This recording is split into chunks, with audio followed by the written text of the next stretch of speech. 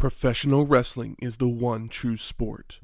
Other sports have their share of intense, dramatic moments, but nothing can compare with professional wrestling.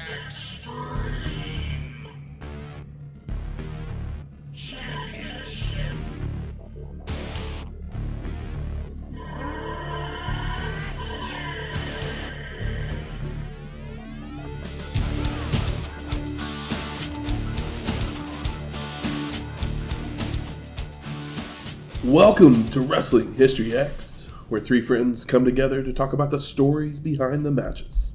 I'm Matt. And I'm very knowledgeable of antisocial behavior. And I am hotter than Tabasco, but loads easier to swallow.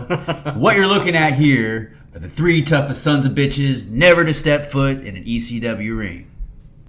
Welcome to episode 328, November to Remember, 1998. There you go. That's how the theme song starts, right? Yeah, something like that. Extreme. There we go.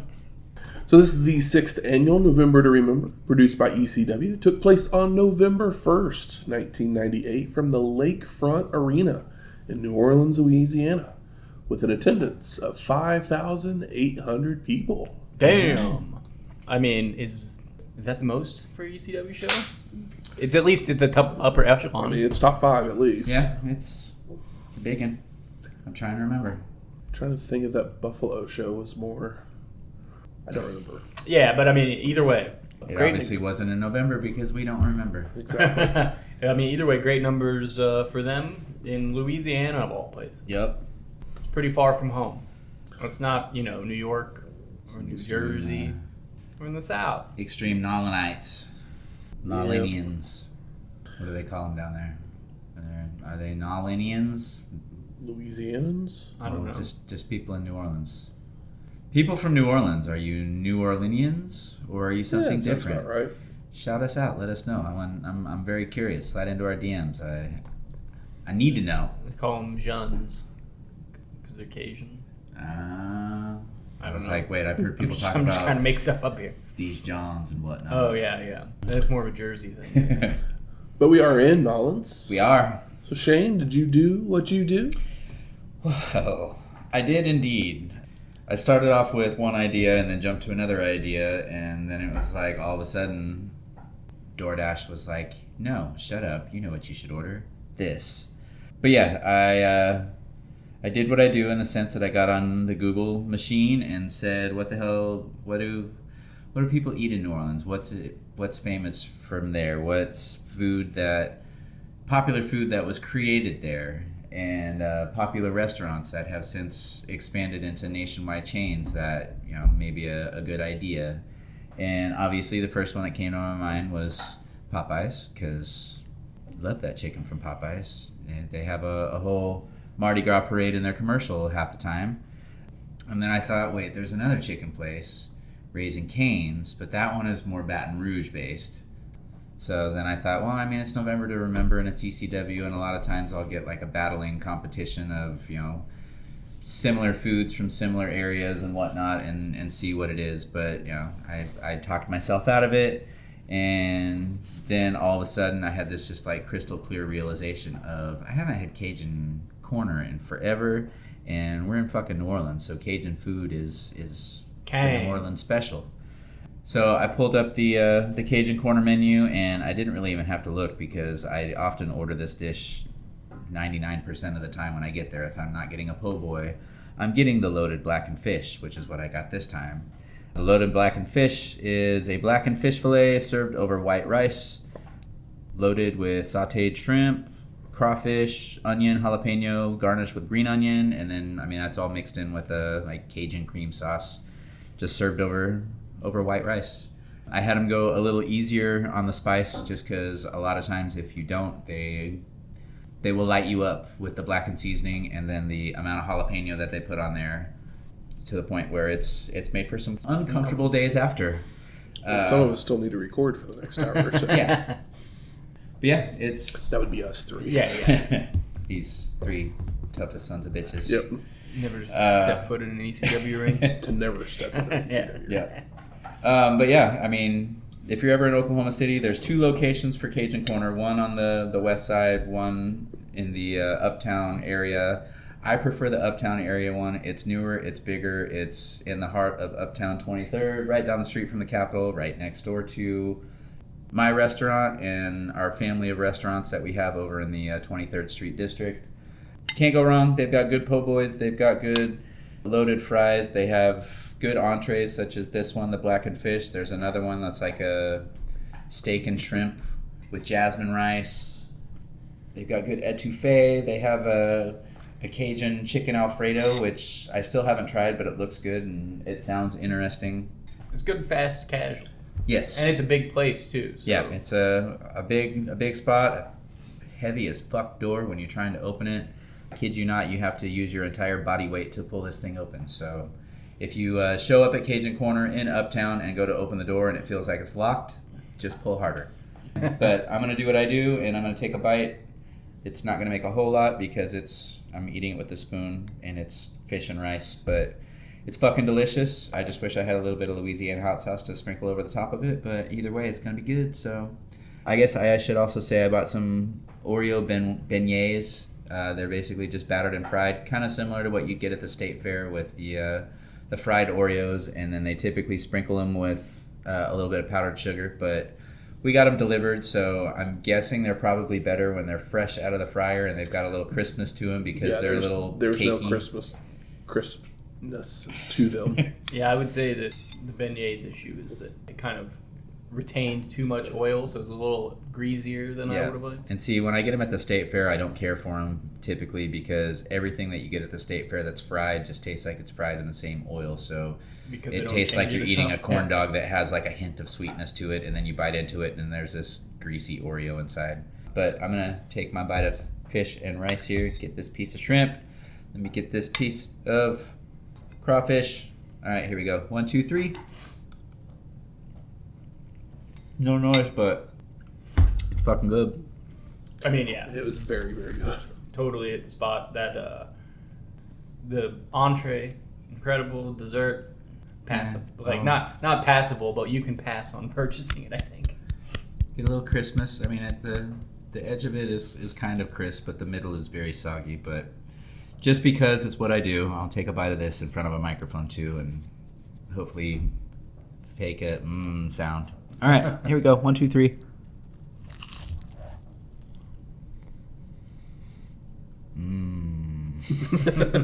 No. Yeah, just a little greasy. Maybe they need to change the oil. Maybe they change it. Maybe they change it Monday morning. Maybe I need some like Cajun chocolate milk or something like that to wash it down with. But we'll try Dutch Bros. Some blackening seasoning in your chocolate milk. Well, something that would happen right around the same time as this show of November to Remember. Part of our namesake. Yeah, I don't even know exactly what it means. American History X. Yeah. Would come to theaters the same weekend. I like the Sound of it. the sound of it. Yeah. That fucking movie. Well, yeah. What is it? Yeah. And I had the poster seen on my it? wall. I've seen it. It was I worked at Blockbuster, and yeah, It was a American great History X poster. was a very powerful movie of its time. I haven't watched it in a long time, but I don't get Do you have the red and black one? yeah, Okay. I don't get cringy at a lot of things, but you know, nails on a blackboard has never bothered me. Freddy Krueger's fingers scraping along stuff never got to me, but I haven't watched the movie in 20-something years, but I can still cringe at just I don't even have to hear it in actuality, but just the sound of teeth scraping on a curb and the three words "bite the curb." Yeah, that movie, it ruined me for a while because it was just that Visceral? disgustingly realistic. And Edward Norton, he should have won an Oscar. I mean, we talked about Roberto Benigni winning for Life is Beautiful, but Edward Norton should have won for American History X because To play a scumbag. He was so good. Yeah, I mean, hadn't he you just love come to off hate him, of, and then he hadn't he just come off of Primal Fear? Yeah, Edward Norton had a great start to his Hollywood career. I mean, it turned him into the, I guess, douchebag that he is to this day. Yeah, but no one wants to work with his ass. He had an awesome start with both Primal Fear and this movie, and yeah, he was definitely robbed of an Oscar win. I mean, the movie itself, him, Edward Furlong, I can't think of the dude's name that played Ethan Earl's Suplee. brother. There we go, Ethan Suplee. Played Earl's brother in My Name is Earl as his shaved head Nazi racist lackey. I'm trying to remember who else was in this one. Brian... Veruza Balk. Beverly D'Angelo, Frieza Balk, Elliot Gould, Stacy Keach. Stacy Keach, that's what I'm thinking. I'm like, was it Brian Cox? No, it was Stacy Keach. This is one of those movies where, like, this movie made a huge impact, but the director just kind of never got to do anything again. I don't remember exactly what the deal was. I think I watched a, like, YouTube documentary about him at some point. Tony K, what was your story? Show me what Yeah, else he you've really done. did. No, Didn't he do just anything. kind of, like, they just He kind went of... back to music videos, basically. Yeah, which is crazy, because you would think that he would get an opportunity to do another thing, but it sounded like they just kind of kept him down, or maybe his ideas were not enough, or were like too wild for them to want to fund.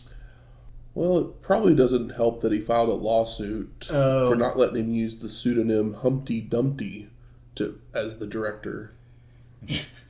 Did he not? Oh, I think what it was that his vision of the movie was something different that came out. I don't know if he had final cut, and then he like threw a fit about it, so he kind of screwed himself. But the movie came out and people liked it, and I think that he had a different vision for what he shot or whatever, something along those lines. And then he probably kicked and screamed and screwed himself. So he was the director of the Soul Asylum Runaway Train video. We've all seen that one. Yeah. Interesting. I never realized this. Yeah, I just remember watching a thing about, like, what the hell, why didn't this guy get anything done? And trying to remember it on the fly. But just kind of interesting, because everybody knows what this movie is.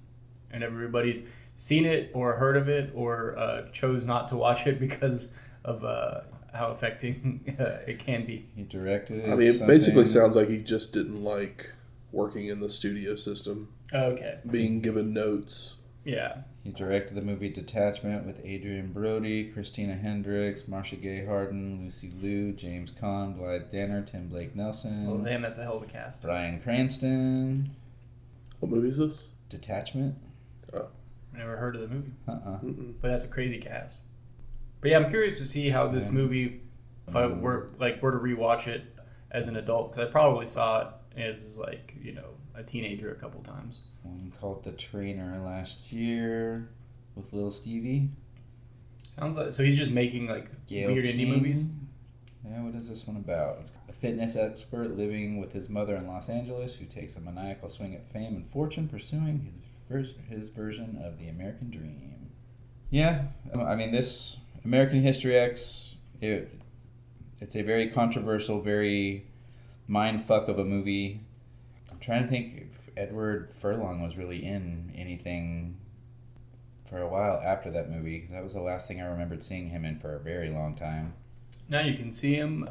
He was in Detroit Rock City the next year. I Was that love the next year? I Okay. love Detroit Rock City. Yeah, I Detroit Rock fucking City love was that great. movie. For some reason, I was thinking that was before. I watched the crap out of that movie. Yep. But like after that, he wasn't in anything really or anything of worth watching. Yeah, and now he Until- just vapes. That's why I saw him at like some Oklahoma City con thing, and Has he he was been just in anything since then that I've ripping a vape and watched? looking horrific. Let's see. I guess I can honestly say I don't think I've seen a movie of Edward Furlong's since Detroit Rock City, and that was 99. And he's still acting, but nothing good. In what, trauma movies? Arachnoquake. Oh, that movie, 2012. That movie, The Trainer, one of the film's executive producers include Kevin Durant. Hey, That's crazy. OKC tie-in. Yeah, see, I've never seen the new Terminator Dark Fate from 2019. I guess he was in that one. He was just a seat, like he wasn't actually in it. It was just A scene from Terminator 2. yeah. Oh. Lame. Although, Yeah, no, I haven't considering seen how any many of bad shit. Terminator movies are, Dark Fate is not the worst of No, it's the definitely ones. Not the worst of the post-Cameron sequels. It's probably the best of the post-Cameron sequels. But considering that Tony Kaye had such issues, it's surprising that this movie actually Exists I mean, at all. It was successful was in spite of him. yeah. That shows the quality of the writing and the acting, because apparently the director wanted it to tank because he couldn't be called Humpty Dumpty. I think it was probably more because they were changing stuff on him. But the movie came out pretty well, so who knows what his version would have looked like. Mm-hmm. I think I saw that he just had a hour and a half cut of the film. Oh, so he's just an insane person. Yes. He wanted to make a 3.5 hour movie. No, his version was an hour and a half. Oh. The version that came out was 45 minutes longer. Oh, okay. I thought you were saying that his version was going to be an hour and a half longer. I was like, No. Jesus, how much did they shoot? Yeah, I don't know. I guess I was thinking it had more. So I imagine if it was cut that short, his was going to be a lot more like artsy and less. Probably. Yeah, a little more. Difficult. I mean, it comes from music videos, so I can see it being very frenetic. Yeah. But if you haven't ever seen American History X, definitely check it out. If for no other reason than to bum yourself out for a little while. That and Edward Norton. Edward Norton's performance is yes, absolutely amazing. Yeah. So, I mean, this movie and Primal Fear like made me a lifelong fan of Edward Norton. Yeah, I mean, even if he is a dickhead, he's a d-bag, but he has good performances and things. I mean, yeah. This one, Primal Fear, Birdman, Death to Smoochie. What was the other one? The People versus Larry Flint. Motherless Brooklyn. I'm just kidding. The Hulk. Yeah, he kind of started the Marvel universe. Yeah, the second movie that nobody remembers. Exactly. The one where the Hulk does parkour in Brazil. Never seen it. It's fine, but I wouldn't suggest you to watch it. It's not the worst thing ever, but... Well, let's talk November to Remember. And we open on footage from earlier in the evening as someone approaches Jack Victory and Lance Wright getting out of their car and asks about their attack on New Jack. And Victory says that New Jack got what he deserved, that he has no remorse at all, before wondering who this guy is and starts to walk away. Only for New Jack to attack from behind, running Victory into a trailer, hitting his leg with a bat, until ECW security swarms New Jack and cuffs him. And New Jack is yelling at the cameraman to call Paul E. and tell him to get him out of jail. See, yeah, I know it was like, security, but they're like, get him in the back of the car or whatever. And I was just thinking, like, are these guys cops dressed in suits? I was like, this feels very ECW. But I guess if you're security guys probably got a car too for the premises. We then go live in the arena where Joey Styles is in the ring, welcoming everyone to the show and running down the card of the evening. When Terry Funk comes out of the stands wearing a graduation cap to interrupt. We haven't seen Funk since Fully Loaded in Your House, 98, episode 313. And Terry calls himself the living legend and a professor of Funk University. But no one invited him to New Orleans, so he gives a funk you to everybody, including Tommy Dreamer, you filthy, stinking pile of shit.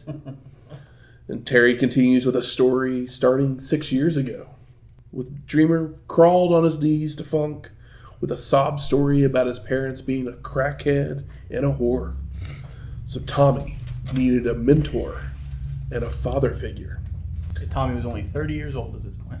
Terry agreed to be his daddy, with Dreamer promising to call in a time of need, with Funk waiting 3 weeks for that call, wanting to show everyone his double flip off the top, as Tommy now makes his way to the ring to calm Terry down. And Dreamer is again called a piece of shit, but Funk says he loves him, followed by Tommy saying he didn't call because Terry wanted a lighter schedule. He's the reason he left WWF, because he needed to take some time trying off. to slow down. Pissed off JBL in the process. I'm sorry, Bradshaw in the process. Funk responds that Dreamer's ego is as big as his ass, before saying he should slap Tommy like he does his daughters and wife. Just like he would slap anyone else in his family. It's a crazy thing to admit to, hitting your wife and children. I was like, my God. And you didn't even say, my son. It's like my 2 daughters and my wife. Just outing yourself as a woman beater. Terry then walks away, followed by the opening video package with highlights of competitors. I love that after that very awkward and not very well delivered Terry Funk promo that's confusing. I mean, he's going to get chance because he's Terry Funk, but this is not his best work. No. And what's a double flip off of the top? And can Terry Funk do that? 450? Well, he's wearing A moonsault? I mean, I know maybe he thinks that's what a moonsault is. He's wearing a graduation cap, so it's like back to school. He's wanting to do the triple Indy. Yeah. Like That's the way I took it anyways. So we go to our first match. Roadkill and Dastardly, Danny Doring versus the Blue Meanie and Supernova. And we haven't seen the Amish Warrior since WrestleFest 50 Years of Funk, episode 270. Doring since Matter of Respect 98, episode 303. And Meanie and Nova at It Ain't Seinfeld, episode 302. Yeah, Meanie and Nova, they're always on the card. Roadkill, Doring, they'll come if you ask. I was like, get to know them. We'll probably see them quite a bit from now. Supernova and the Dastardly Ones start us off with Dory slapping and hair pulling his opponent. So Nova takes his gloves off when Terry Funk would return to ringside. And the competitors continue with back and forth action that we don't see as the focus is on Funk taking over the timekeeper's table. Real menace. But Meanie and Roadkill have taken over now in the ring, with the Amish Warrior absorbing several shoulder blocks, only for Blue Meanie to duck a clothesline to hit a hangman's neckbreaker, bringing in Supernova to nail a leapfrog leg drop for a 2 count, as the Dastardly One jumps in with an elbow drop to break it up. But he hits Roadkill instead.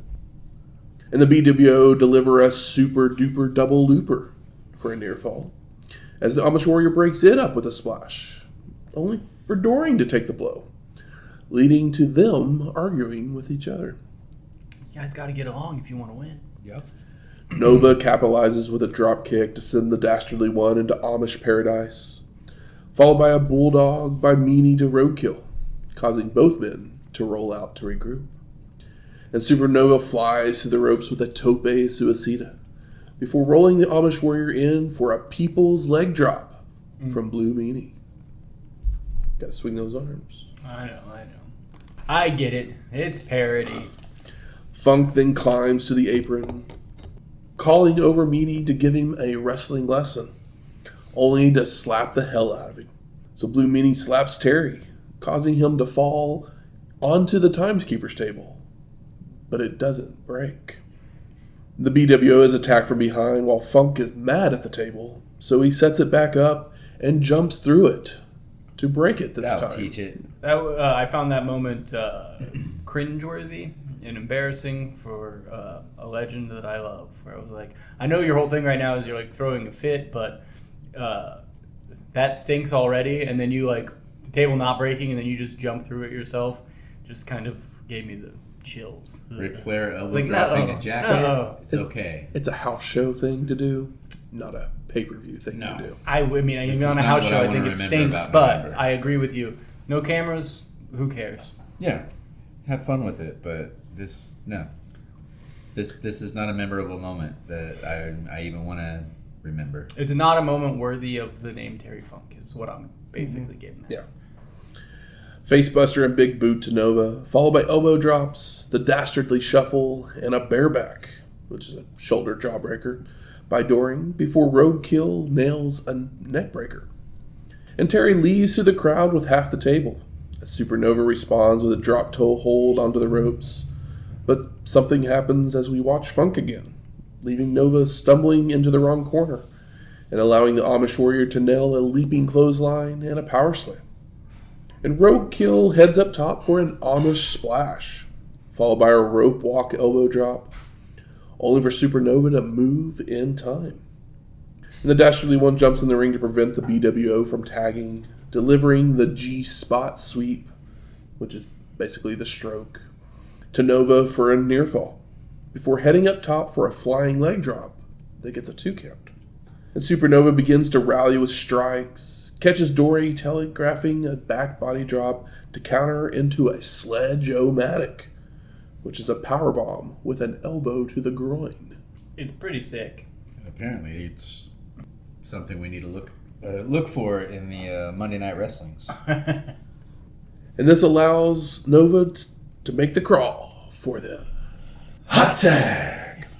And Meanie takes everyone down with strikes, clotheslines, and a snap suplex to the Dastardly one, followed by whipping Roadkill into his partner in a corner, with Blue Meanie charging in with a corner splash as well.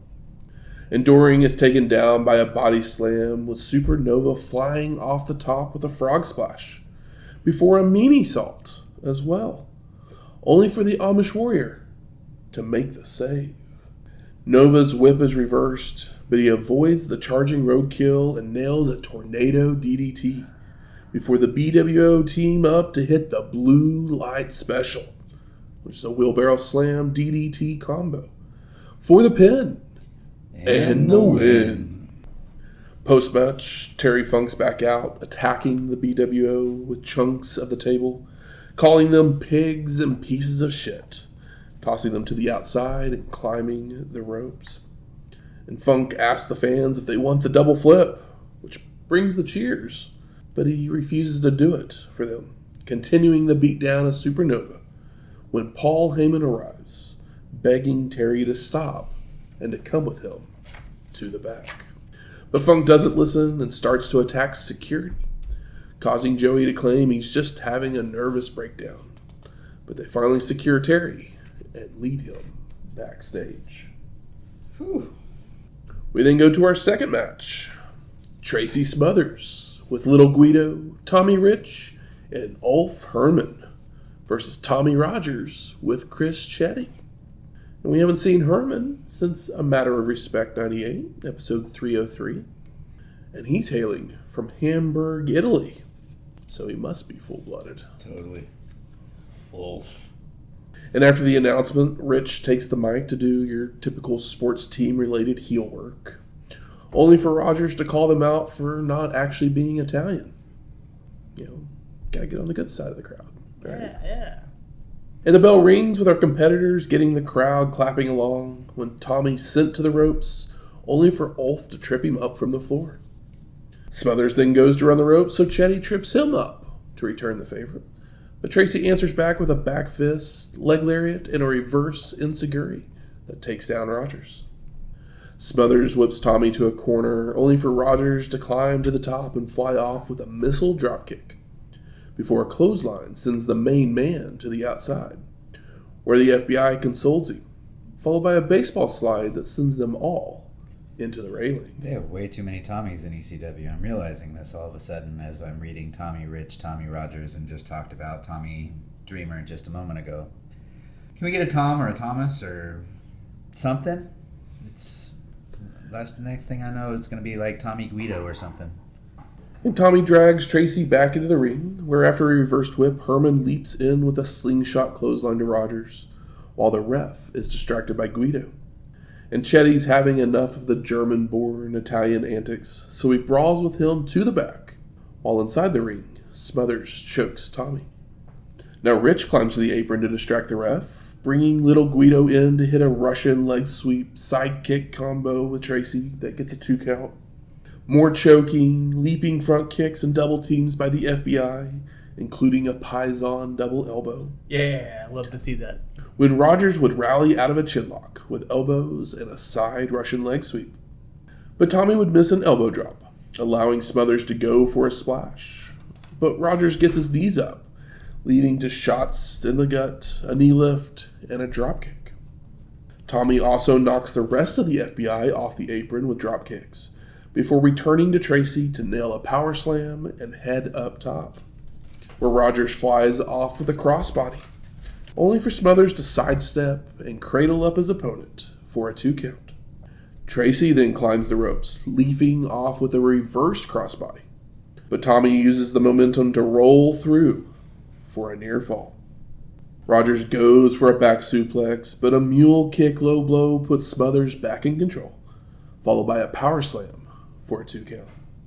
Little Guido's back on the apron with the flag in hand, almost decking Tracy as his whip was reversed, allowing Tommy to use the distraction to hit the Tamakaze for the pin and the win.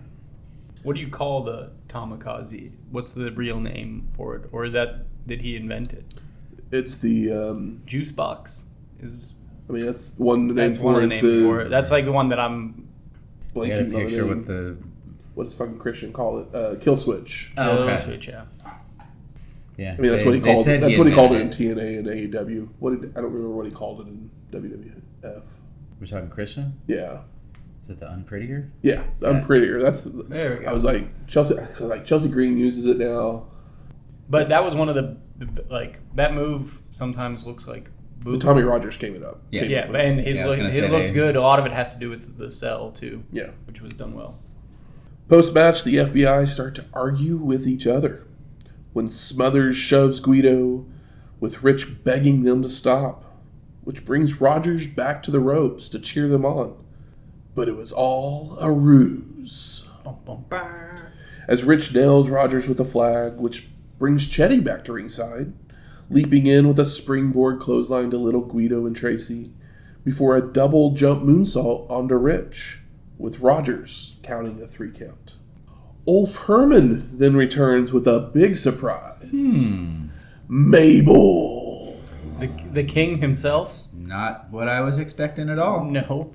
But, apparently he's Italian now. Apparently he's here.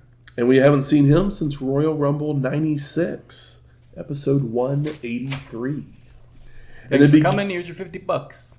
They begin beating down Chris as the former Royal hits a corner splash, while Herman delivers a muscle buster. And Mabel continues with a leg drop as Ulf sets up a table. So the fans begin to chant for Spike Dudley. Spike. Because he's the giant killer. Yep. And Chetti's placed on the table, while the former Royal climbs the ropes. When Spike runs down to save Chris. But Dudley then gets beat down and placed on the table instead. Leading us to our third match. Mabel and Ulf Herman versus Spike Dudley. How do they come up with this stuff? And the former Royal climbs the ropes again, leaping off. But Spike has moved in time, causing Mabel to crash through the table. Oh, that table? Dudley fends off Herman before mounted punches in a corner to the former Royal, when Ulf returns to pull Spike off, only for the Italian to get kicked in the schnitzel, followed by an acid drop off the body of Mabel, making the cover. But the former Royal hits a splash, only for Dudley to have moved, causing Herman to take the blow. Spike then nails a low blow to Mabel and delivers another acid drop right onto Ulf as well. So Dudley just sits on top of both of them for the pin and the win. Post-match, Spike, Chetti, and Rogers celebrate on their walkway before leaving to the back. What a crew. I was like, I guess this is a match. Match 3, okay. But we all know ECW likes to do this. Also, I don't know if it's maybe they're using better cameras for this pay-per-view, or we just never really see his face because Spike. He moves so quick. What an ugly man. Oh, yeah. I never quite realized how ugly he was. When he was walking down, it's like, I was like, damn. How they have now with the little drones flying up there, because it was perfectly positioned right in front of him, like you've never seen before. Yeah, he looks like simple Jack. Brutal stuff. Telling you, that's why I thought the guy that played Owen Hart in the Jason NWO, Sensation? yeah, I thought that was Spike for the longest time. It played Owen Hart in what? When they did the mock Nation, the DX pretending to be the Nation members. Axel Rotten is then seen backstage with Balls Mahoney and Masato Tanaka. And he says the Dudleys have succeeded, turning them into broken and beaten men, as Balls has a compressed vertebrae and Masato has a fractured skull. Axel continues that the Louisiana Athletic Commission has threatened to stop the match if the Dudleys even pick up a chair. But the freaks have heart. They have fought through barbed wire, tacks, and broken glass, so broken bones and chairs won't stop them. Tonight, Mahoney and Tanaka are going to take the Dudleys from pillar to post, beating them like their parents should have, followed by mentioning that they don't care about the belts. They just want to give receipts, with Wright guaranteeing they will beat the Dudleys' asses. So an inspired Yeah, yo. promo. Yeah, I mean, you know. That's the most I've heard old Rotten talk since, Ian was around. Probably. So we go to our fourth match. Lance Storm with Tammy Lynn Bytch versus Jerry Lynn with Mikey Whipwreck and Tammy Lynn Sytch as special guest referees. And the story behind this match is that, obviously, Bytch and Sytch are catfighting any chance they get, while Mikey wanted to prove himself versus Jerry, challenging him. But Lynn denied the challenge, so Whipwreck interrupted his match with Chris Candido. And Sytch would blind Mikey with powder, causing him to hit whippersnappers to both ladies. Oh no. Followed by shoving Jerry into Storm. So Lance would respond by clocking Lynn with a chair to cost him a victory over Candido. So it's like a multiple different feuds kind of all rolled up into one match here. Yep. Everyone's got a little contentious. And Sytch takes forever to remove her striped stockings and don tennis shoes to the delight of the fans. But Yeah, she comes out in like skimpy skirt and then like a ref top that's reveals midriff and cleavage.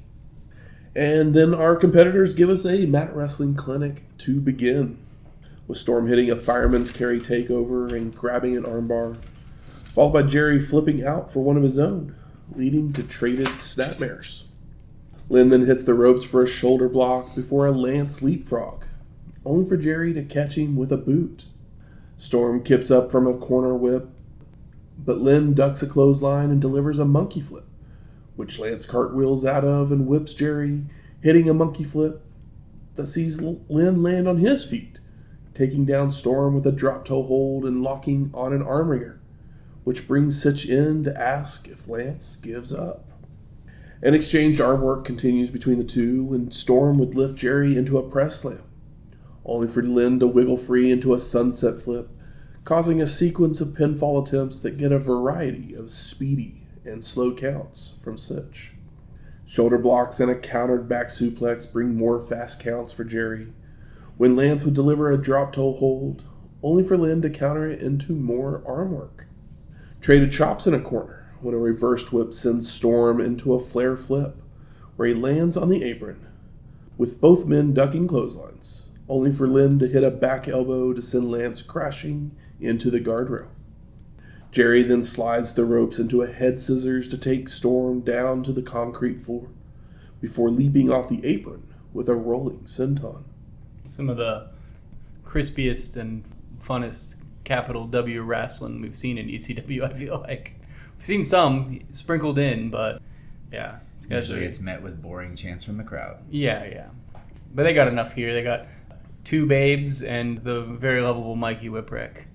And Bytch rakes the back of Lynn, giving Lance the opportunity to run Jerry into the railing multiple times, before heading back inside, where Storm hits a springboard clothesline for a 2 count, as Mikey rolls in to make the count, followed by wearing his opponent down with knees and a chin lock.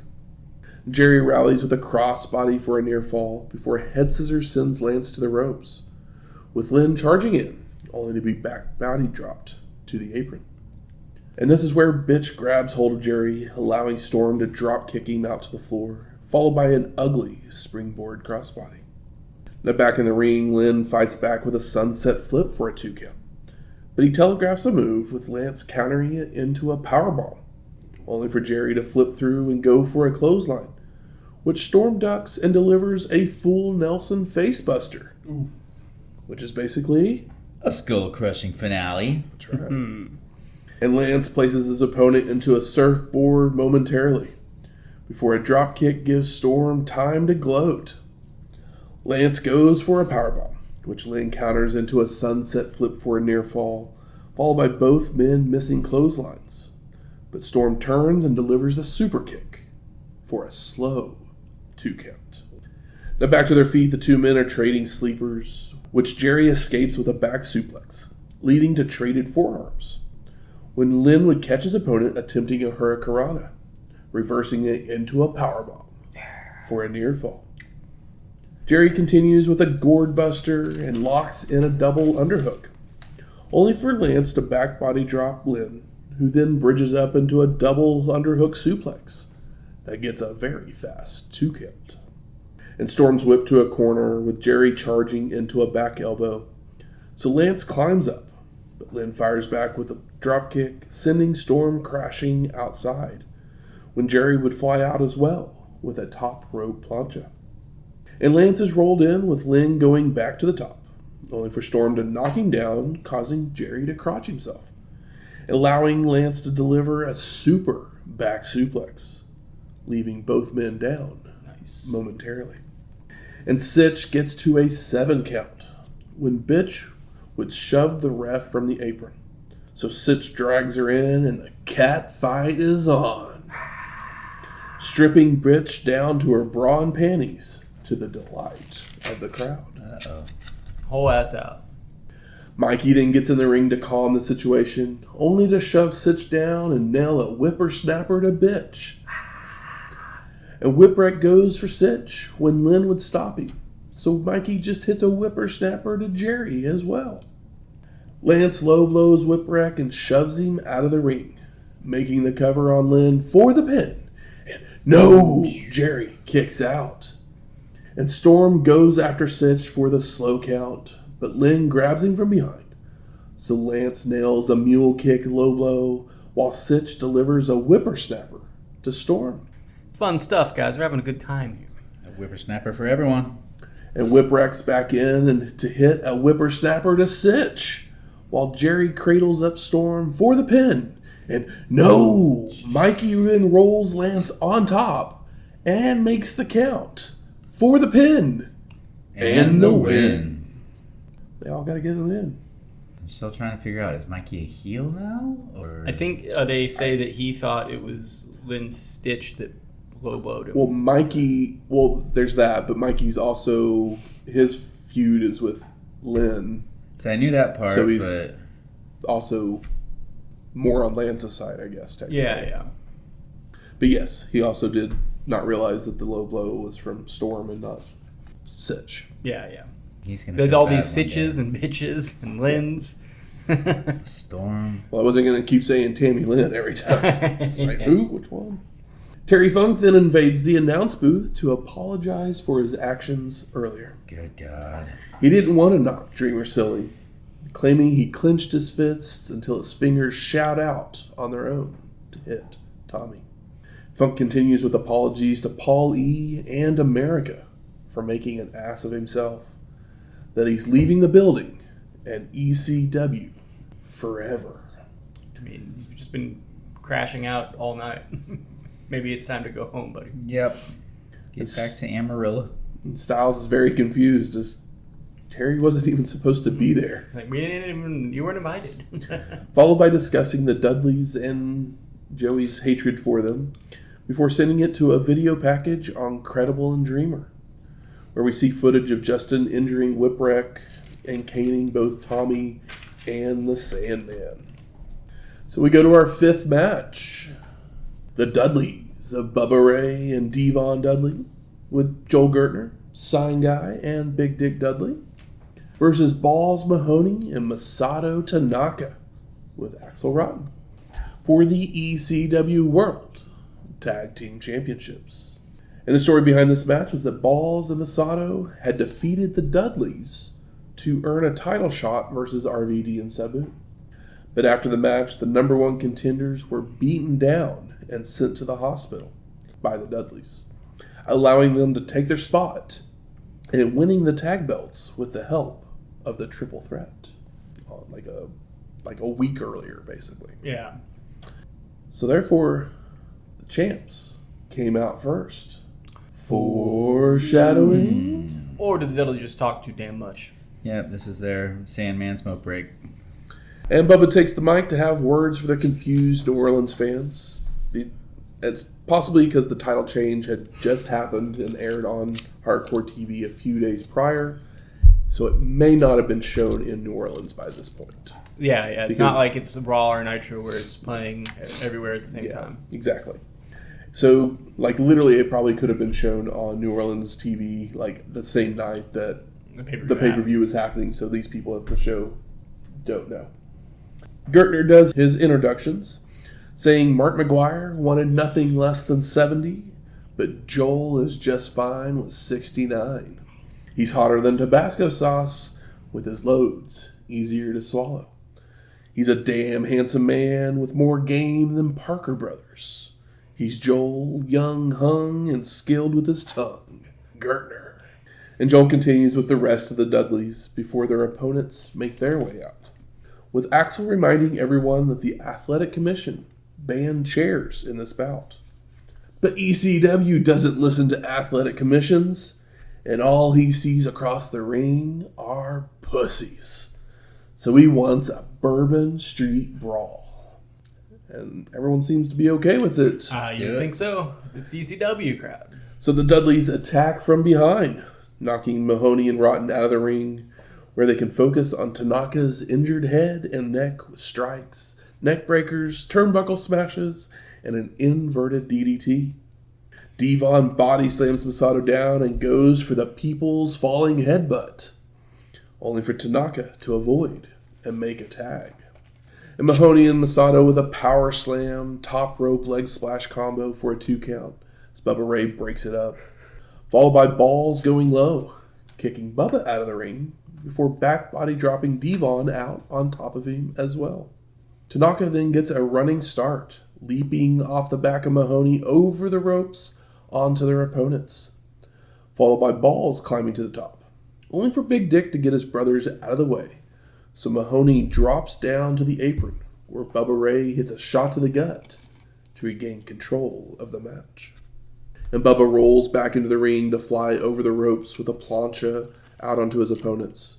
But Masato answers by whipping Bubba Ray into the railing before a running chair shot.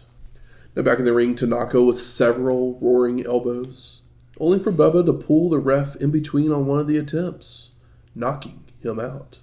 Ref bump. But a fourth one sends Bubba Ray down to the mat as well. Good cat. And Big Dick jumps in to take over the attack, lifting Masato onto his shoulders for a neckbreaker slam, when Axel comes in with a pair of chair shots to knock Big Dick out of the ring. Sign Guy then attacks with one of his signs to the back of Rotten, stomping him down, with Gertner getting involved as well, only for Balls to be back in to deliver a nutcracker sweet to Sign Guy. And Joel's grabbed a chair, hitting Mahoney over the head. But it's no-sold, leaving Balls to pick the chair up, only for the stud muffin to bail outside in time. And all 4 of our main competitors now in the ring with chairs, with everyone swinging away, with the Dudleys winning the duel, but not the war, as Mahoney and Tanaka just absorb the shots and nail stereo roaring elbows onto the chairs into the faces of the Dudleys. You love to see it. Now referee Jeff Jones comes running out, only to feign an arm injury to stop him from being able to make the count. But he does have the ability to shove Jim Molyneux back down.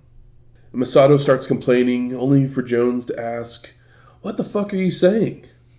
And pulling out a Japanese to English dictionary to try and understand. This was a little too cute for me. But Rotten has had enough, so he clocks Jeff Jones with a chair shot over the head. Fuck around, find out. And everyone's back up for a slugfest when Balls goes for a running elbow, only for Big Dick to low bridge the ropes, leaving Tanaka alone in the ring to receive a 3D. Bubba makes the cover for the pin, and no! Masato kicks out. And the Dudleys start to argue and slap each other, while Axel handcuffs Dick to the ring post, allowing Balls and Tanaka to recover with chair shots to both Dudleys, making the cover for the pin. And no! They both kick out. Mahoney and Masato start setting up stacks of chair in the ring to hit their respective finishers onto for the pin. And no! They kick out again! And the Dudleys answer with low blows and a pile driver to Balls before a power bomb to Tanaka, all on the steel. But the Dudleys decide that's not enough. So they grab the timekeeper's table, which is wrapped up in cords, making it difficult to throw into the ring. Yeah, they didn't clear it off really before they just lifted it up. All of a sudden, RVD and Sabu arrive with chair shots to the Dudleys, placing them on the tables and flying off the ropes with a frog splash and leg drop respectively. And you know what's crazy about this? Instead of jumping onto the table that's the closest, they jump over the other table, and like I was like, damn, respect. They had some hops. They had some hops. Stoppers. And this allows Masato and Mahoney to make the cover for the pin and the win. And new. Fun stuff. Yeah, I mean, I'm pro Tanaka and over the Dudleys. My issue with the Dudleys, talk too much. How about some wrestling? You talk too much. They never shut up. So we go to the Triple Threats locker room, where Shane Douglas says you don't have to like them, but you do have to admit he isn't a liar. He was the best commentator, calmed right down the line. And the franchise continues that he told the marks from the beginning, nothing will stop the Triple Threat. That Taz's little clique can't win because the human suplex machine's ego is bigger than the sport itself. He then turns his attention to Sabu, who's pissed off because he doesn't have his belt anymore, thanks to the Triple Threat. And as far as RVD, he's a minor league champ, as the TV title is lower on the ladder than the world champion. And Shane goes on that this Triple Threat were friends before ECW, while Taz, Van Dam, and the Homicidal One will turn on each other at the first chance. So it's a simple deduction. Triple Threat wins, they lose. And then we go to a video package of that Triple Threat feud, where we see footage of their attacks on each other, including clips of the human suplex machine, Bam Bam battles, Bigelow injuring Sabu's neck, before seeing the new Triple Threat standing tall, where Taz and the Homicidal One shake hands. There's a lot of history between all these men. And Shane Douglas is saying, it's love that will keep us together. So we go to our sixth match, Just Incredible and Jack Victory, with Jason, the sexiest man on earth, Madam Chastity, Nicole Bass, and Lance Wright, versus Tommy Dreamer and a mystery partner. Who could it be? Maybe Mabel again? I mean, his dream partner's in the building, That's so... right. Dream partner's in the building and pissed off as fuck that he did not call him. I don't even know if he knows what he is. I'm surprised he said his name. So Tommy's original partner was supposed to be New Jack, but as we saw at the beginning of the show, he was handcuffed and taken away for attacking Victory, who had his head bandaged. So Dreamer comes out from the back to pose when his partner arrives. It's Jake the Snake Roberts. Yep, wearing his finest rugby shirt and black sweatpants. And we He haven't rolled right out of the back of his car where he sleeps. Yeah. We haven't seen Jake since WrestleFest 50 Years of Funk, episode 270. Incredible and Jack meet them on the ramp to begin brawling, but they get thrown back into the ring before being backdropped out to the floor, where Victory hurts his knee and struggles to even stand the rest of the match. Uh-oh. I didn't even catch it because You don't care about Jack Victory. about Jack Victory. because I was pretty checked out like when this match after Jake came out, which is a shame to say, but I was like, yeah, I was a bit well, I guess I'll watch this because I'm supposed to watch this. Tommy leaps out on them with a slingshot Moscato, rolling Justin in to keep up the attack when he's shoved off to the ropes, where Jason and Lance attempt to trip Dreamer up. But he avoids and turns to dropkick them both into the guardrail. And Tommy rolls out to deal with them while Jake delivers a Manhattan drop and clothesline to Credible to send him to the floor. Also, there's 8 people at the ring and 4 in the match, so like this is just it's a lot going on here. ECW Survivor Series. Justin recovers to drop Dreamer on the railing crotch first to take control of the match, working him over with stomps and strikes, followed by tossing him to the ramp and luring Roberts into the ring for a ref distraction, allowing Jason to put the boots to Tommy. Incredible comes out to take over the attack with a power slam of Dreamer onto the rampway before returning to the ring for a swinging DDT, followed tossing him back out to repeat the Jason beatdown. Now back inside, Justin wears down Tommy with a chin lock when the sexiest man on earth jumps in to suplex Dreamer, while Credible heads to the top with more ref distractions happening. But Tommy counters and whips Jason into the corner, causing Justin to crotch himself, before nailing a superplex, only for Dreamer to be too beaten up to make the cover, allowing Credible to make it to his feet first and setting up a chair to drop toe hold Tommy face first into. And Justin goes for a baseball slide into Dreamer, but Tommy moves in time, sending Credible sliding nuts first into the ring post. And Dreamer rolls out to yank a little bit harder for more damage, as Roberts drags Chastity into the ring to stomp away on her. The sexiest man... That's why Jake showed up. He was like, I can do violence to him. Just kidding. Just kidding.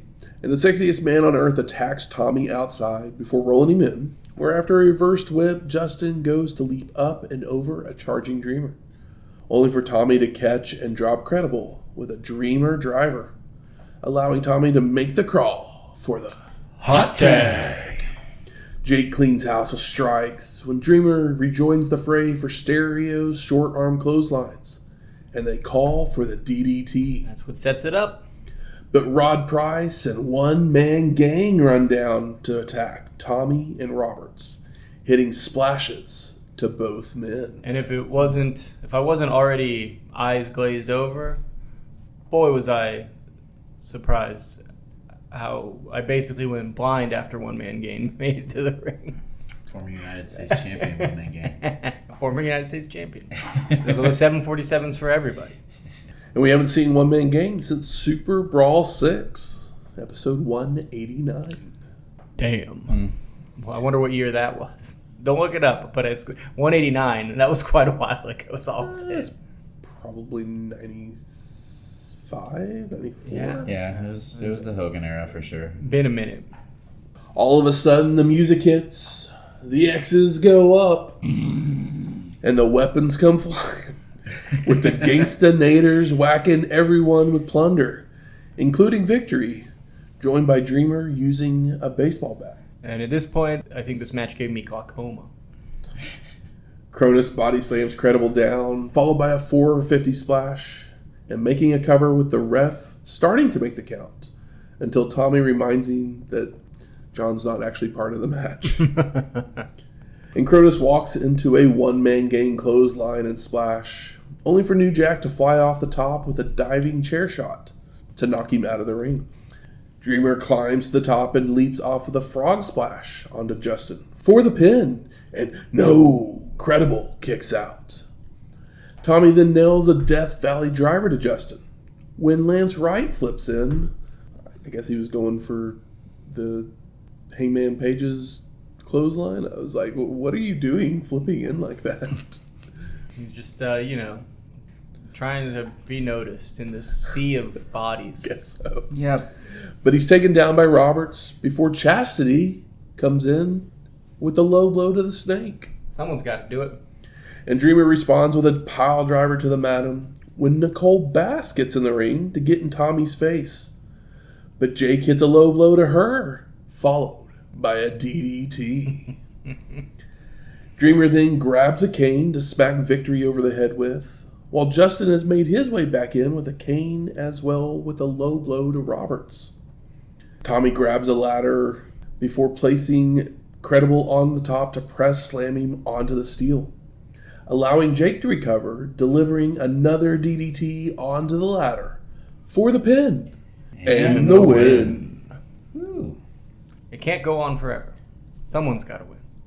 But wait, there's more. Oh, I know. I watched it. Post-match, as Dreamer and Roberts are leaving to the back, Terry Funk's voice can be heard, when we see him walking down the rampway, Dreamer, wanting to know why Jake was chosen to be his partner. Funk continues that Roberts is a piece of crap compared to me, with Tommy reminding him that, Terry, you wanted a lighter schedule. He doesn't remember because of all the concussions. And Jake's fed up with this, and he just walks off, as Funk continues to accuse Dreamer of using him, calling Tommy a complete and utter asshole, and he should have realized it a long time ago. And Funk shoves Dreamer, but Tommy won't fight back, just turning his back. So Terry jumps him, ripping his shirt, and dragging him around the ramp. Funk wants Dreamer to say he's sorry when officials come out to try and stop Terry, only for Funk to just return to the attack until Joey orders the truck to cut to something else. Anything else. Anything. Anything else, Yep. please and thank you. Who walks away from this match looking good or interesting? Hey, Jake's back in the spotlight. It's spotlight. I mean, we all like Just Incredible a lot, but this didn't do him any favors. And like Not getting pinned by Jake, no. No. Nicole Bass, No. No. I don't think anyone looks good in this match. no. So we go to the back with Bill Alfonso, RVD, and Sabu. And Fonzie has a cast on his wrist, and the homicidal one wears a neck brace, with Bill introducing his men until Van Dam interrupts, saying everyone knows who he is. The whole effing show. Oh, and Sabu's here too. Yeah, I mean, RVD's, this might be one of his best promos because just of how well he's pulling this off. He's like, oh yeah, and they're here too. But he's as energetic as he can be verbally because we know he's just kind of yin-yang 420 kind of guy. Yeah. Not that there's anything wrong with that. Not at all. And RVD continues that everyone paid to see him kick the Triple Threat's asses. It's the next best thing to having 6 Van Dams in the ring. Now, some people may have paid to see Taz, but he's not here right now. Before posing to the camera, causing the homicidal one to lower RVD's arm as it's blocking him from the camera. Yeah, this was probably my favorite of the backstage promos. Yeah. Although the Triple Threat one was good as well. We then cut to the human suplex machine, who's elsewhere by himself, where he hates to admit it, but the franchise was correct. He does hate Sabu. He doesn't like Van Dam, and couldn't care less about Fonzie.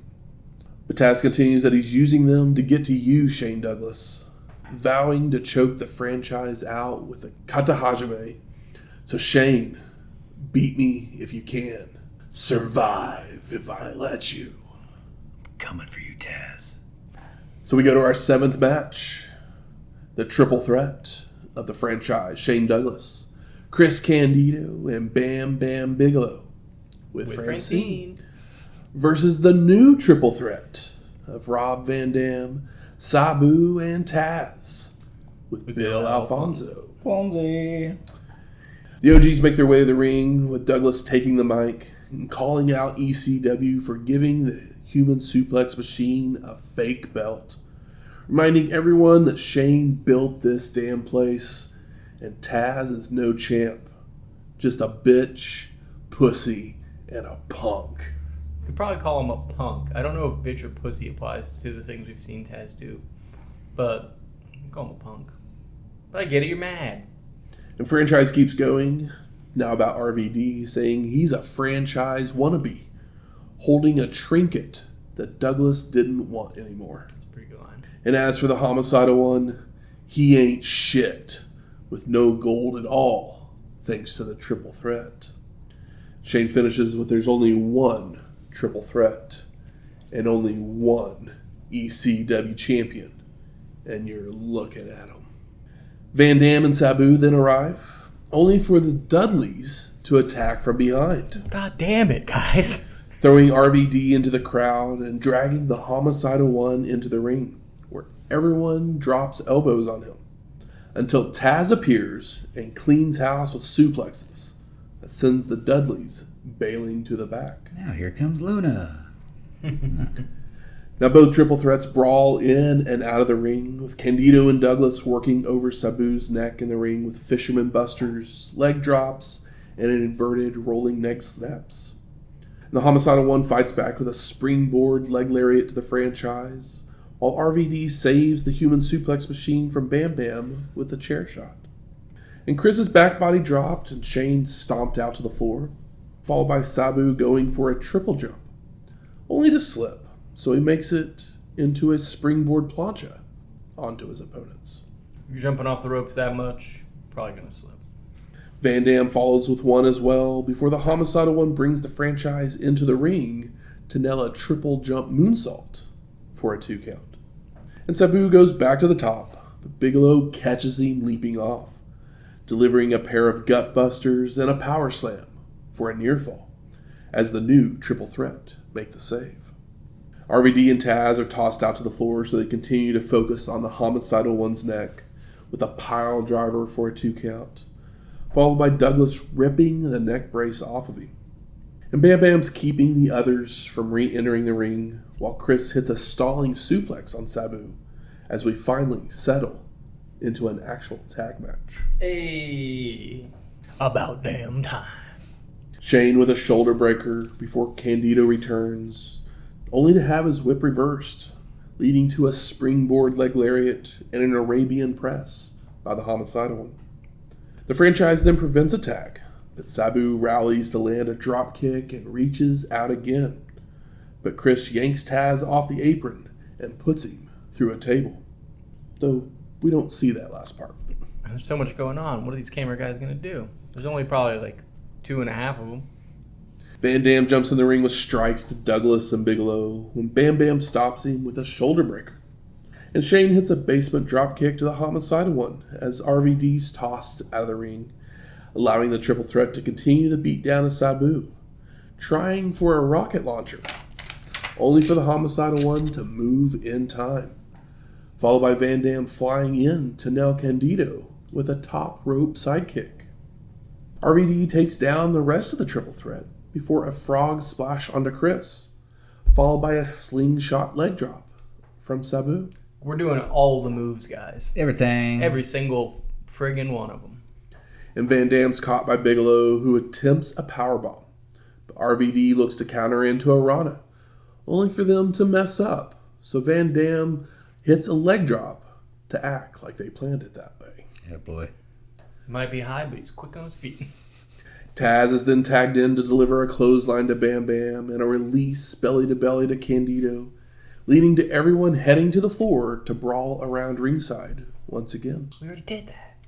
And Bigelow's tossed into the crowd with RVD leaping off the apron with a dropkick to him, while Sabu and the franchise are fighting on the ramp when the human suplex machine sneaks behind Shane, taking him down with a clothesline. Van Dam now flies off the top into the crowd with a somersault plancha onto Bam Bam, while Taz reverses a whip to send Douglas to a corner, where he leaps up and backwards right into the waiting arms of the human suplex machine so that he can lock on the Taz mission. Can't touch me. The franchise is taken to the mat when Sabu would come off the top with a chair in hand to nail an Arabian facebuster to both men, making the cover on Shane for the pin and the win. Snaked. Post-match, the human suplex machine and the Homicidal One get into each other's faces, with Fonzie and RVD trying to play peacemakers. But they're not listening. As Taz says, he was about to make Douglas tap. Alfonso doesn't understand why he's complaining. They won. Mm-hmm. But the human suplex machine won't let Fonzie raise his arm. He's in it for himself. He's already said that. What do you think? He doesn't care about team. No, fuck the world. It's just a way to get to the people he wants to get to. And Taz and Sabu almost throw punches, with Alfonso stepping in the way again. So the human suplex machine leaves to the back, holding his FTW belt high in the air as Joey says his goodbyes, and we fade to black. So I ask you, gentlemen, what are your overall thoughts of November to Remember 19 98. I was going to ask you the same thing. I would like to go first. Go ahead. There are too many tag matches with too much overbooking. Yeah. Yeah? You think? So it's not a show I'll remember. I think that it seems like most everything is too long too because it's overbooked and there's too many people involved in every match, and it's kind of one of the things that I like to see on ECW pay-per-views is a little bit more structure, which sometimes we get from the pay-per-views over the television, and this just kind of felt like a free-for-all, and like the show starts with guys that, you know, they're starting to push, or guys that are kind of comedy acts, blah, blah, blah. Takes up a bunch of time, and then you get to the end of the show, and it's like, well, all your stars are in the last match. Like, that's all of the... Because you've lost a lot of people over the last handful of months, and you're building people, but then you load the top half of the card with anybody in your company that's small that you could call a star or a draw, or that would sell a T-shirt. Or that you could call Italian. Yeah. But at the beginning, I was just kind of... There was some... The first couple tag matches had some stuff in it that I liked, but they were too long or got too cheeky. I liked the middle of the show probably the best, and then towards the end, it was just overstimulation. Felt like I had been given a seizure that made me sleepy instead of shaky.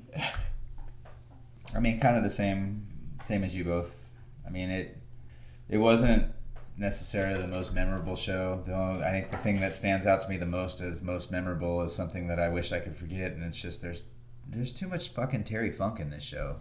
You know, it served Terry's really, saying the same thing over and over again. Yeah, it served no purpose other than, you know, he's insane.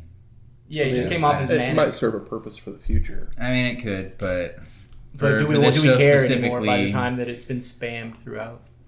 And we'll and see we love Terry. We'll see what comes from it. But yeah, this just I like young Terry, but old Terry is just kind of sad to watch anymore, and I'm ready for him to make a Hogan of it and just stay off my TV after the next year or two. Hopefully, fingers crossed. Maybe we'll see, because I mean, I don't know.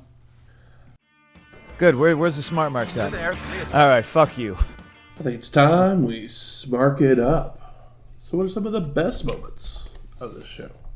I think there was a moment in the, you know, when Sabu, he does like the triple jump or whatever, but he slips off of the rope. Yeah. Right after that, Rob Van Dam doesn't use the chair and just jumps from a standing position to the top of the rope and out to one-up Sabu immediately. And that tickled my fancy. I thought that was hilarious and in character with their dynamic, and it was not, I assume it wasn't on purpose, and it was probably my favorite detail of that whole last match, and the only thing that stuck with me, because there was just a spam of big moves, so they started to mean nothing, but that one had some nuance, planned or not, that is maybe the only visual thing from that main event that like actually stuck in my head, or that I got a kick out of even.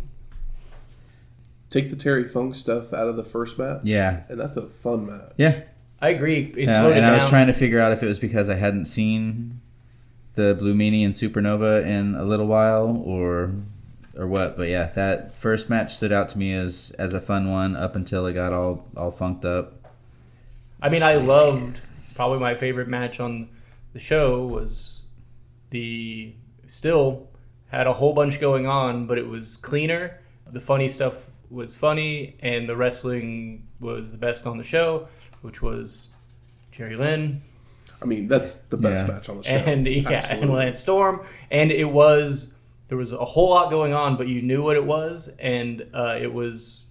Yeah. And it was well put together. It was very well put together. And and entertaining. But every single match tried to do that, and only one pulled it off. I will tell you this right now. Yeah. This isn't Lance Storm and Jerry Lynn's best match that they ever have either. No. I was watching it. I was like, I can't wait till they finally have a true like one-on-one without a gimmick where they just go full hog. Yeah, I want them to wrestle without all the bullshit. But I'm okay with all the bullshit. Not as much of the bullshit. As long as we get to that, because the bullshit here was really clean for ECW.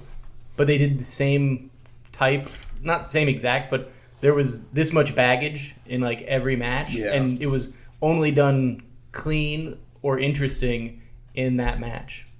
I mean, Gertner, his douchebaggery is always on par, on point.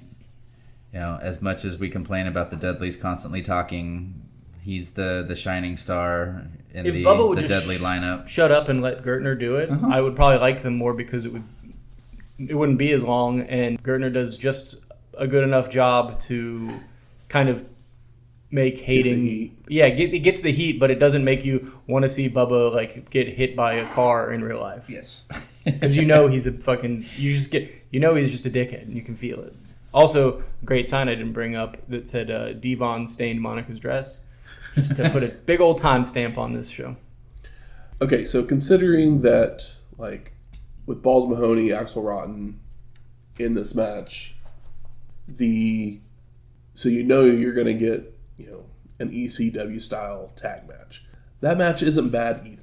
Like, it might be one of the Dudleys' best matches that they've had. I will say that in was a while. Better than I expected it, considering it involved Balls, Mahoney, and Axel Rotten, and the Dudleys.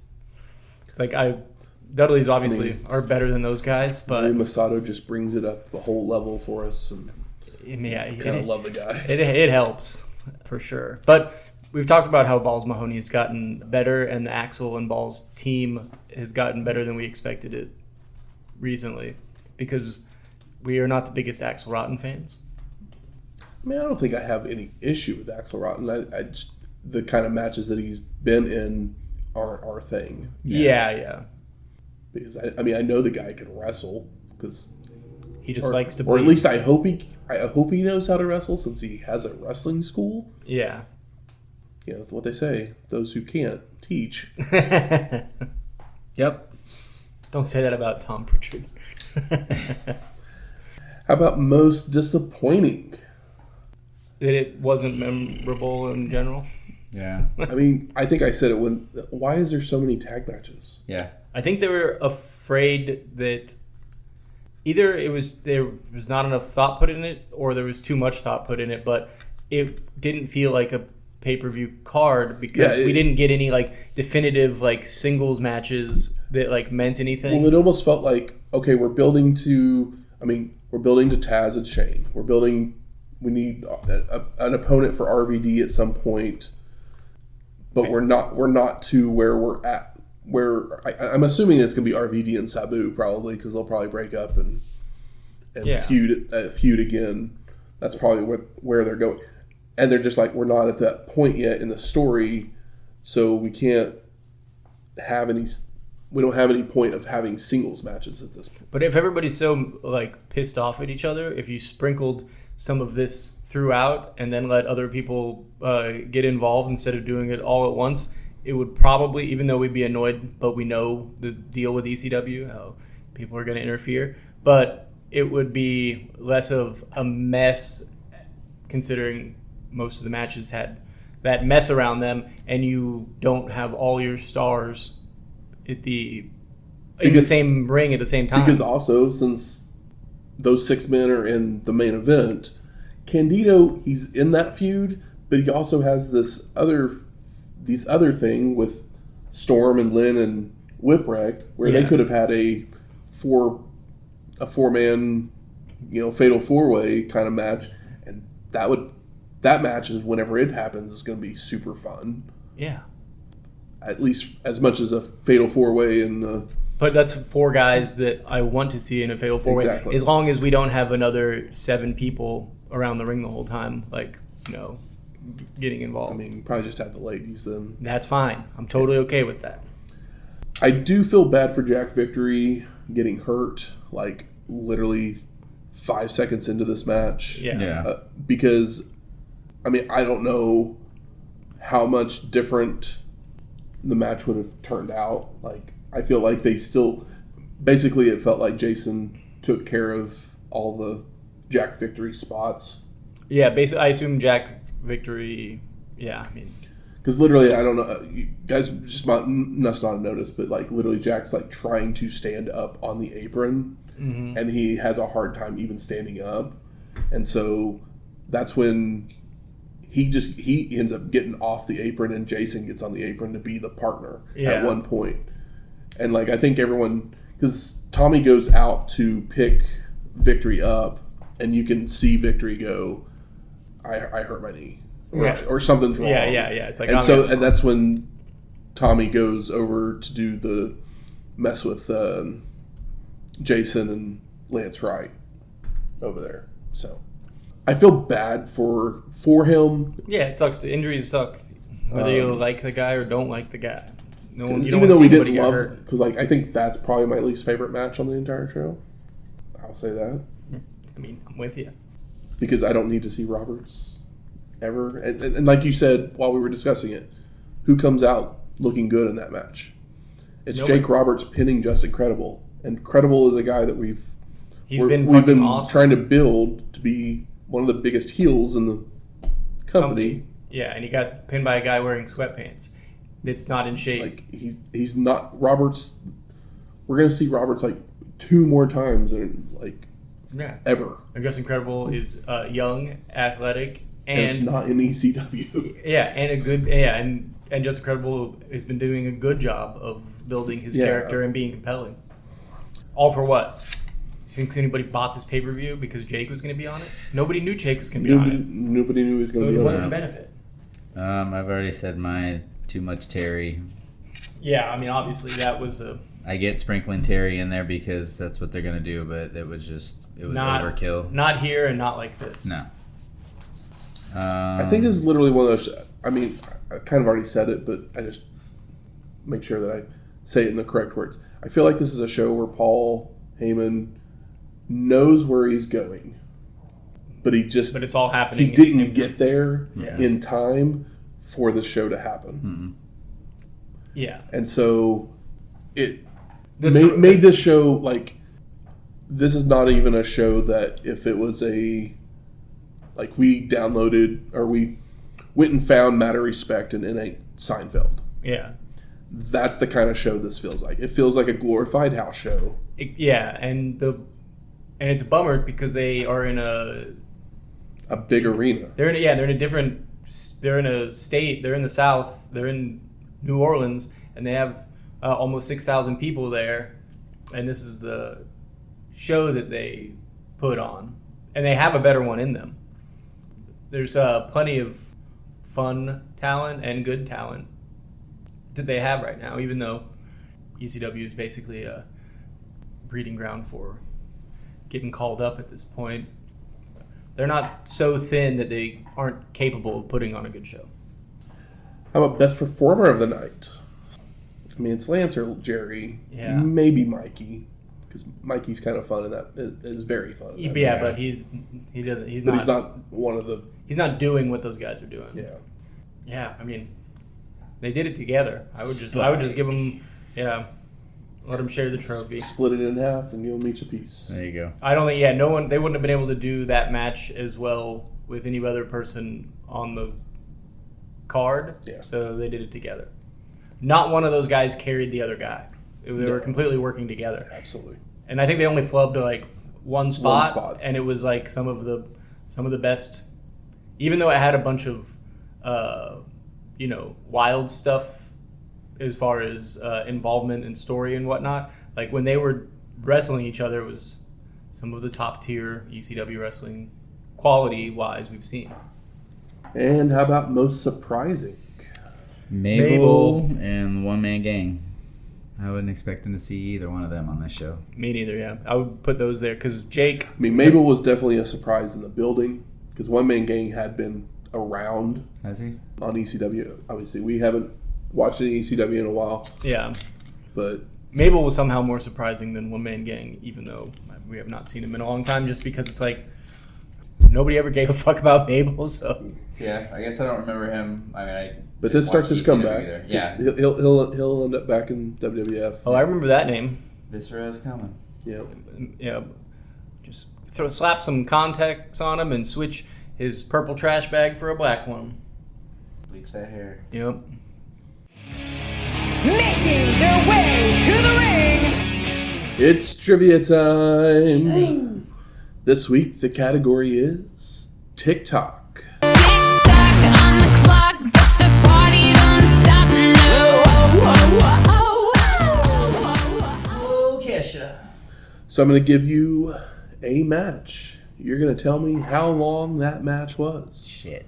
I love this one. Closest, and it doesn't matter if you go over, just closest, will get 5 points. Okay. So it's from the show Barbed Wire Hoodies and Chokeslams. Don't even remember that one. It's the Vampire Warrior versus Hack Myers. Who's the Vampire Warrior? Gangrel. Oh, that's right.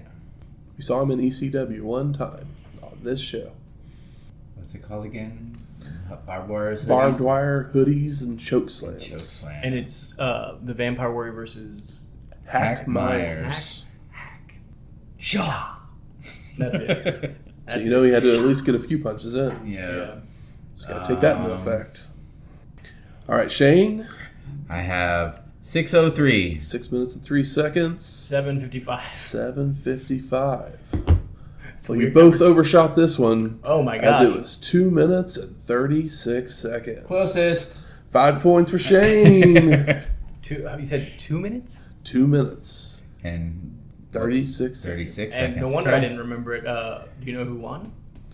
I have no clue.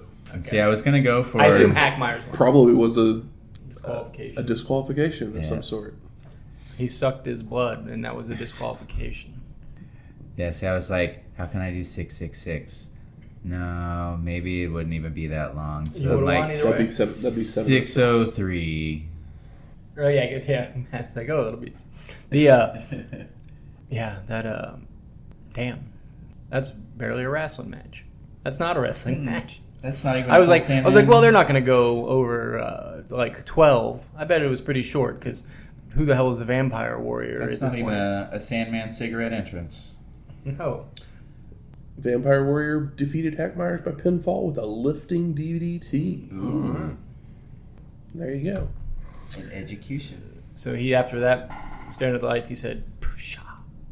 Next week, Survivor Series 1998. Oh. Back to the Fed. We had this is a quick turnaround from going WWE for like a month, and then and then we're gonna have to go back to we're gonna have to watch the longest WCW pay-per-view of all time, and then this kind of sloppy ECW show. Right back to the Fed, where hopefully they'll treat us right. Can we get 12 matches on Survivor Series? God no. Probably can get 15. Fingers crossed. There we go. Now they're Better really be crossed. If it's a true Survivor Series, it'll probably be like It's 5. like it's like 15 matches long. Really? Yeah. Oh, sweet. It's a tournament, baby. Okay. Well, let's turn and burn tournaments on a pay-per-view, especially the way that WWF's always done it. I'm intrigued. Some deadly games that'll happen. Ooh. Music from this week's show is This Is Extreme by Harry Slash and the Slash Tones. Oh, is it? And Sabu got the pin. So we're going to play Hookoo Blues Oh. by Harry Slash and the Slash Tones. That one's not on. Actually, no, never. It is on ECW Extreme Music, It is. which they Extreme talked about Music. on this. I looked up the track list. I meant to bring it Joe up. Gertner does not have a song on ECW Extreme Music. It's mostly bands covering the songs Yeah. that they come out to. Somebody covers Prong, which is fun, but I don't know. Covers of Metallica. If you like this episode or any of our other ones, please go out there, rate and review us on iTunes, Spotify, YouTube, or wherever you find your podcast at. Do as Michael says. 5 stars or no star. Come on, there's 5 stars on this show. They're just all in the same match. And if you have any questions, comments, concerns, Where's Survivor Series? St. St. Louis. Louis. All right. Yeah, I've been through St. Louis, but I've never eaten there. So give me some ideas of what the hell you eat or drink or something in St. Louis. Otherwise, you know, as Terry would say, funk you. Give me some ideas. I don't even know what the hell to say. I need help with St. Louis. Meet me there. I don't know anything about St. Louis as far as food goes. But yeah, slide into our DM, shoot us an email, something like that. Give me help, please. And the email address is wrestlinghistoryx@gmail.com, or you can find us on X at WrestlingHistoX. That's Wrestling HISTO. X. We'll talk to you next week. Laters, I'm breaking kayfabe and saying that the Thunder just won the championship. Ow!